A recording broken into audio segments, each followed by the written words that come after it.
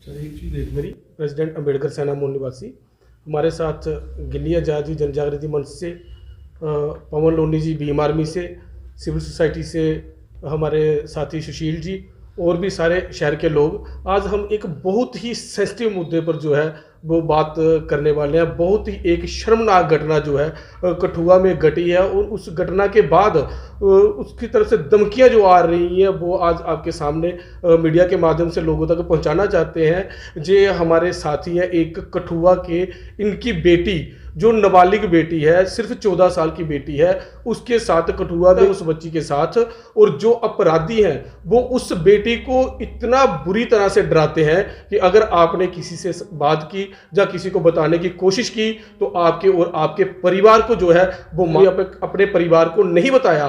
और 10-15 दिन जब वो स्कूल नहीं जाती है, उसके बाद पेरेंट्स जब बेटी को कहते हैं कि आप स्कूल क्यों नहीं जा रही, तो जब उसके मतलब लिमिट खत्म होती है, क्योंकि वो कितने बहाने लगा सकती है और उस बीमारी के, जब स्कूल जाती है और वो जो अपराधी हैं फिर आकर स्कूल में जो उसको परेशान करते हैं और उसको परेशान कर कर उसकी जो उन्होंने एक जब इन्होंने तीनों लड़कों ने उसके साथ उसकी वीडियो बनाई है और वो वीडियो उसको दिखाते हैं और फिर उसको ब्लैकमेल कर रहे हैं कि हमारे साथ चलो, नहीं तो जो है आपकी जो वीडियो वायरल कर देंगी। बेटी ने फिर से जो है स्कूल आना बंद कर दिया और वो जब 1.5 महीना तक स्कूल नहीं आई तो उसको वो सोशल मीडिया के थ्रू व्हाट्सएप, इंस्टाग्राम पर, फेसबुक पर उसको मैसेज कर कर वीडियो भेज के तंग परेशान करने लगा। उसने जब हर जगह से ब्लॉक किया तो उसकी हिम्मत देखिए कि उसने उसके फ्रेंड सर्कल में वो वीडियो जो है वायरल करना स्टार्ट कर दी। जब वो उसके फ्रेंड सर्कल वालों ने बताया तो तब जब उस बेटी घर जाने लगती है तो वो जो गुंडे मवाली मैं कहूंगा अपनी इसमें कि उन्होंने क्या किया, तब वो रास्ते में जाकर दोबारा उन बच्चियों को मारा। जब बच्चियों को मारा तब उनकी जो हद वो पार होगी। उन्होंने 5 जनवरी को कठुआ वुमेन सेल में एप्लीकेशन दी जिसकी जो है 6 तारीख को एफआईआर हो गई। उन्होंने केली को उठाया और गाड़ी में डाला, 3 बंदे, इन्होंने तीनों ने वो ले गए। जहाँ उन्होंने उसको ले गए तीनों, उसके बाद उसको डराया धमकाया कि अगर आपने अपने घर बोला, किसी को भी बोला तो हम तेरे भाई को भी काट देंगे, तेरे को भी, तेरा बाप भी रात को आता है, हम उसको भी मार देंगे, तेरी माँ को भी। बेटी डरती रही, स्कूल नहीं जाती थी। पूछा, माँ ने पूछा, उन्होंने पूछा क्या हुआ था, कोई वो नहीं।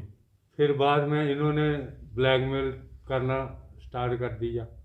उसकी वीडियो बनाई थी कि अगर तू हमारे साथ मिल तो नहीं तो हम तेरी वीडियो जो भी ब्लैक वो कर देंगे, वायरल कर देंगे। फिर वीडियो भी उन्होंने भेज दी, वो मेरी लड़की के पास भी पहुंच गई, बड़ी लड़की के पास। हम तो सारे इतने पढ़े लिखे नहीं हैं। जब लड़की के पास पहुंची, लड़की उसको लेके गई, मेरी छोटी लड़की को लेके उनके घर गई, दोनों के माँ बाप को बुलाया। एक का बाप नहीं है, एक का उसकी माँ थी, उनको बुलाया कि ऐसे ऐसे बात है, आपके बच्चों ने ऐसे काम किया, मतलब इनको कुछ समझाओ। वो भी बोलते जाओ जाओ, आप कहाँ से आ गए हो, क्या कोई बात नहीं हो की उन्होंने। फिर वो आगे, जब रास्ते में वो लड़कों ने और भी लड़के इकट्ठे किए, 5-7 लड़के, फिर भी लड़कियों को तो थप्पड़ मारे। फिर मैं तो सर बात था, फिर लड़कियों ने सुबह जाके वुमेन सेल में पर्चा दे दिया, केस कर दिया। केस करने के बाद भी सर फिर वो घूमते रहे ऐसे ऐसे, सब उनको जगह भी बताई, सब कुछ बताया, लेकिन पुलिस ने कोई कार्रवाई नहीं की, किसी को नहीं उठाया। जब आप पुलिस को ये कहते रहे तो पुलिस का क्या कहना था, पुलिस क्या कहती थी? आप चुप रहो, मेरी बेटी को, बड़ी को बोलते रहे, आप हमें पहले इंक्वायरी पूरी करनी है, फिर बाद में हम करेंगे, उठाएंगे, ये बोला मेरी बेटी।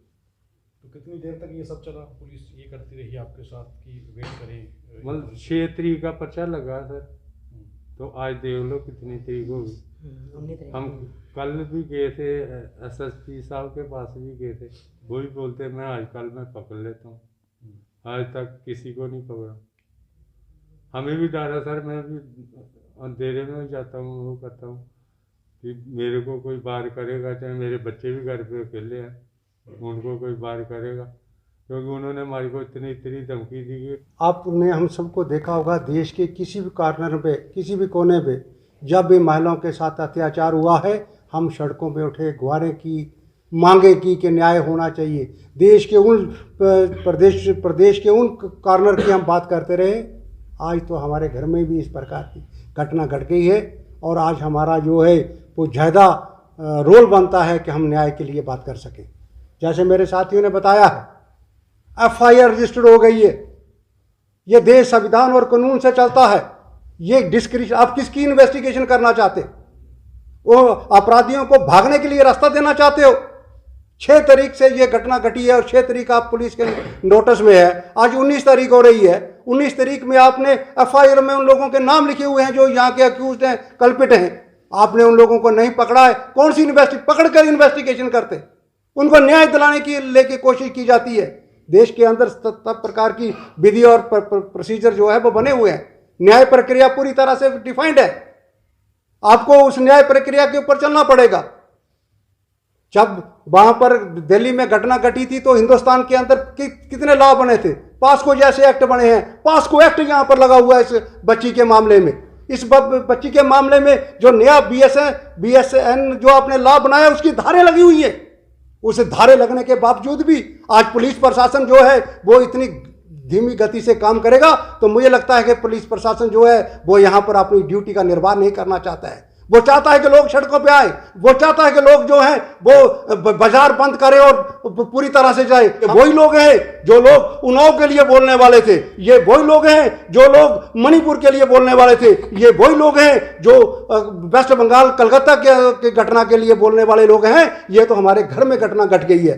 आप इतने बड़े पद पे बैठे हुए हैं, आपको न्याय देने का लोगों को काम मिला हुआ है और आप न्याय नहीं दिला पाते हैं। आप इन्वेस्टिगेशन, जब उसका बाप जाता है, समाज के लोग जाते हैं, बात कहते हैं, मांग करते हैं कि कार्रवाई होनी चाहिए, वो इन्वेस्टिगेशन करना चाहते हैं ताकि मुजरिम इतनी दूर भाग जाएं कि पुलिस उनको पकड़ नहीं सके। ये आज इतना बड़ा न्याय तंत्र होने के बावजूद भी आज फिर भी पुलिस जो है उन 2-3 लोगों को पकड़ नहीं पाई है। ये किसी जाति का मामला नहीं है, ये भारत का न्याय का मामला है। ये बेटी बचाओ बोलने वालों की जमीन आज जो जीभ वो काली होती नजर आ रही है। आज कोई न्याय के लिए बोल नहीं रहा है। आज हमें सुनकर के आज इन्हें हमसे बात की है और हमारा जो कलेजा है मुंह की तरफ आ रहा है कि इस प्रकार की घटना जो है वो घटती है। इतना तंत्र यहाँ पर बैठा हुआ है, इतना बड़ा मैकेनिज्म बना हुआ है, सारे कानून हमारे साथ हैं, उसके बावजूद भी आप 20-20 दिन 12-15 दिन अपराधियों को नहीं पकड़ते हो और जाते हैं तो आप इन्वेस्टिगेशन करते हो। क्यों नहीं कर रहे हो? ये हमारी मांग है प्रशासन से कि प्रशासन इस पर उचित कार्रवाई इमीडिएट करे। आपने सारी सेक्शन उस पर कोर्ट की हैं, पास्को की एक्ट लगाई हुई है। ये पास्को एक्ट क्यों बनाया गया था? कि छोटे बच्चों के साथ होने वाले अपराधों को रोका जाए, और अपराधों को नहीं रोका पुलिस एडमिनिस्ट्रेशन अगर फेल होती है तो इसके लिए जम्मू कश्मीर के लोग और भारत के लोग इसके लिए इसको कभी भी इसको माफ़ नहीं करेंगे। इसके लिए कंधे से कंधा मिला करके हम इस परिवार के साथ खड़े हैं और जो भी इनको सहयोग होगा, सपोर्ट होगी, हम सब लोग इनकी सपोर्ट करेंगे और इनको न्याय दिलाएंगे। कि वो इनकी बेटी नहीं, वो हमारी बेटी है, भारत की बेटी है, वो इस देश के संविधान की बेटी है, इस देश के न्याय प्रणाली का उसको पूर्णतः हक है, वो पूरा हक उसको मिलना चाहिए। आज यही इस पत्रकार वार्ता के माध्यम से हम अपना जो मैसेज है वो यहाँ की एडमिनिस्ट्रेशन को देना चाहते हैं, खास करके SSP साहब को देना चाहते हैं, SSP साहब को कहना चाहते हैं। आप डायनेमिक हैं, आप यूथ हैं, आपने तो कस्में उठाई हैं, आपने तो UPSC का एग्जाम पास करके आपको यहाँ पर बैठाया गया है कि हमके लोगों को न्याय मिलेगा, और आपके होते हुए अगर न्याय नहीं मिलेगा तो ये हमारा दुर्भाग्य होगा और इस देश का दुर्भाग्य होगा। धन्यवाद।